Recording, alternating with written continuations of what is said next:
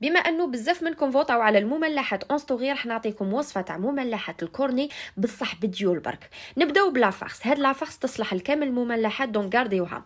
نقطعوا البصل اون لاميل، نقلوه في الزيت مع شويه ملح باش يطلق الماء تاعه وما يتحرقش. كي يبدا يدبال نزيدوا له زروديه مرابيه وشويه سكر بور كي سو كاراميليز.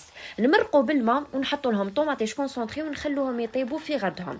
كي يطيبوا ولا صوص ريدوي نزيدوا الطون على طوماط ريكامار. هذا هو سر البنه تاع هاد لا فارس.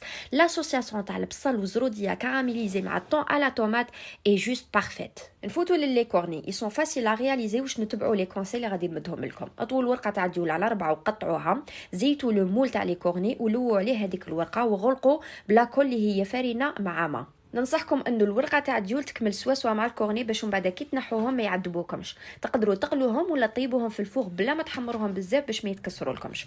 ونصيحه واحده اخرى، خلوهم لا دانيير مينوت وعمروهم. ولا فارس ما لازمش يكون فيها بزاف لاصوص باش تحافظوا على القرمشه اللي كنت تسمعوا فيها. ما تنسوش ديروا انريجستري لا فيديو باش تجربوهم واعطوني رايكم ان كومونتير.